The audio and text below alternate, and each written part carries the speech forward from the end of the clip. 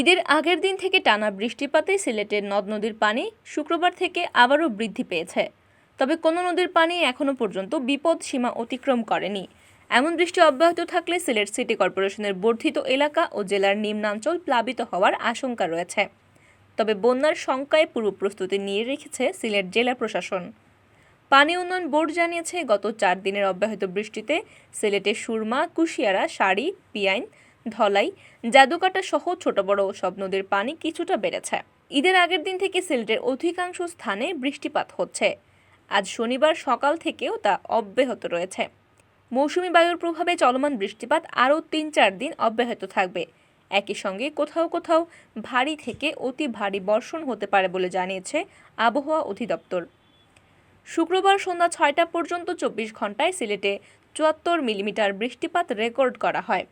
আবহাওয়া অফিস জানিয়েছে, মৌসুমী বায়ু বাংলাদেশের ওপর মোটামুটি সক্রিয় এবং উত্তর বঙ্গোপসাগরে মাঝারি অবস্থায় রয়েছে।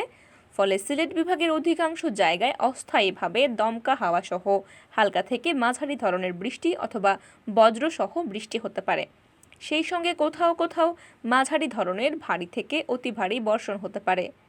পরবর্তী 24 ঘন্টার আবহাওয়ার অবস্থা বলা হয়, বৃষ্টিপাতের প্রবণতা অব্যাহত থাকতে পারে।